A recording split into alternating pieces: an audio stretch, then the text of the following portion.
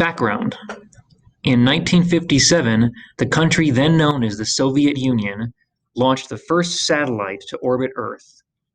The Soviet Union and the United States were bitter enemies at the time.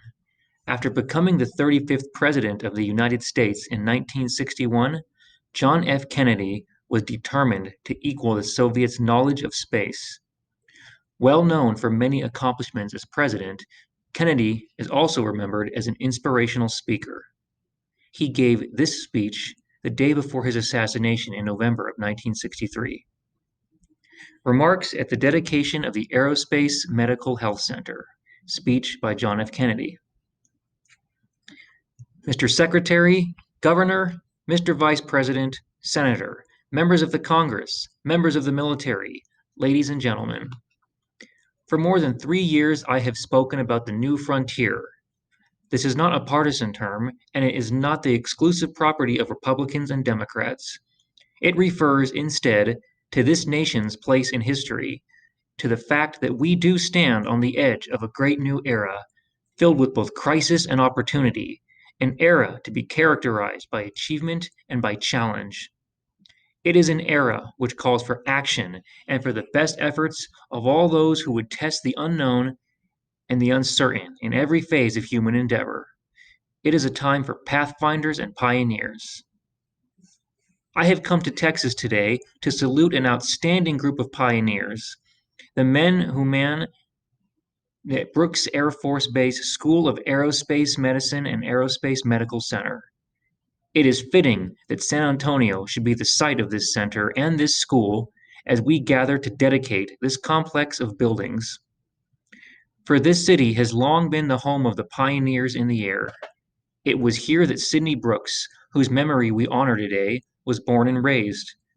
It was here that Charles Lindbergh and Claire Chennault, and a host of others who, in World War I and World War II and Korea, and even today, have helped demonstrate American mastery of the skies, trained at Kelly Field and Randolph Field, which form a major part of aviation history.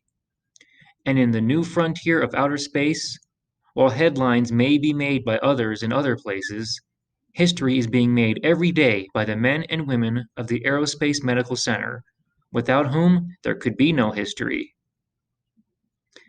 Many Americans make the mistake of assuming that space research has no values here on Earth. Nothing could be further from the truth. Just as the wartime development of radar gave us the transistor and all that it made possible, so research in space medicine holds the promise of substantial benefit for those of us who are earthbound. For our effort in space is not, as some have suggested, a competitor for the natural resources that we need to develop the Earth. It is a working partner and a co-producer of these resources.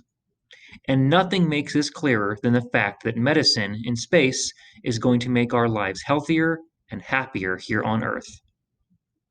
I give you 3 examples. First, medical space research may open up new understanding of man's relation to his environment. Examinations of the astronauts' physical and mental and emotional reactions can teach us more about the differences between normal and abnormal, and the causes and effects of disorientation, about changes in metabolism, which could result in extending lifespan. When you study the effects on our astronauts of exhaust gases, which can contaminate their environment, and you seek ways to alter these gases so as to reduce their toxicity, you are working on problems similar to those we face in our great urban centers, which themselves are being corrupted by gases and which must be clear. And second, medical space research may revolutionize the technology and the techniques of modern medicine. Whatever new devices are created, for example, to monitor our astronauts, to measure their heart activity, their breathing, their brain waves, their eye motion at great distances and under difficult conditions, will also represent a major advance in general medical instrumentation.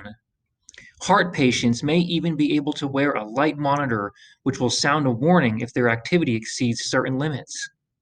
And instruments recently developed to record automatically the impact of acceleration upon an astronaut's eyes will also be of help to small children who are suffering miserably from eye defects but are unable to describe their impairment.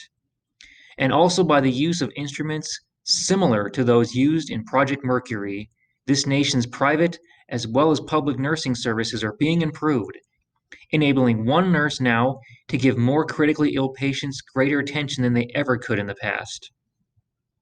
And third, medical space research may lead to new safeguards against hazards common to many environments. Specifically, our astronauts will need fundamentally new devices to protect them from the ill effects of radiation, which can have a profound influence upon medicine and man's relations to our present environment. Here at this center, we have the laboratories, the talent, the resources to give new impetus to vital research in the life centers. I am not suggesting that the entire space program is justified alone by what is done in medicine. The space program stands on its own as a contribution to national strength. And last Saturday at Cape Canaveral, I saw our new Saturn C1 rocket booster, which, with its payload, when it rises in December of this year, will be for the first time the largest booster in the world, carrying into space the largest payload that any country in the world has ever sent into space. I think the United States should be a leader. A country as rich and powerful as this, which bears so many burdens and responsibilities, which has so many opportunities, should be second to none. And in December, while I do not regard our mastery of space as anywhere near complete, while I recognize that there are still areas where we are behind, at least in one area, the size of the booster, this year I hope the United States will be ahead, and I am for it. We have a long way to go. Many weeks and months and years of long, tedious work lie ahead. There will be setbacks and frustrations and disappointments. There will be, as there always are, pressures in this country to do less in this area, as in so many others, and temptations to do something else that is perhaps easier. But this research here must go on. This space effort must go on. The conquest of space must and will go ahead. That much we know. That much we can say with confidence and conviction. Frank O'Connor, the Irish writer, tells in one of his books how, as a boy, he and his friends would make their way across the countryside, and when they came to an orchard wall that seemed too high and too doubtful to try and too difficult to permit their voyage to continue, they took off their hats and tossed them over the wall. And then they had no choice but to follow them.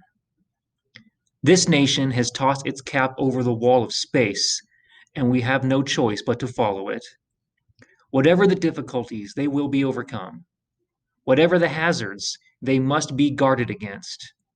With the vital help of this Aerospace Medical Center, with the help of all those who labor in the space endeavor, and with the help and support of all Americans,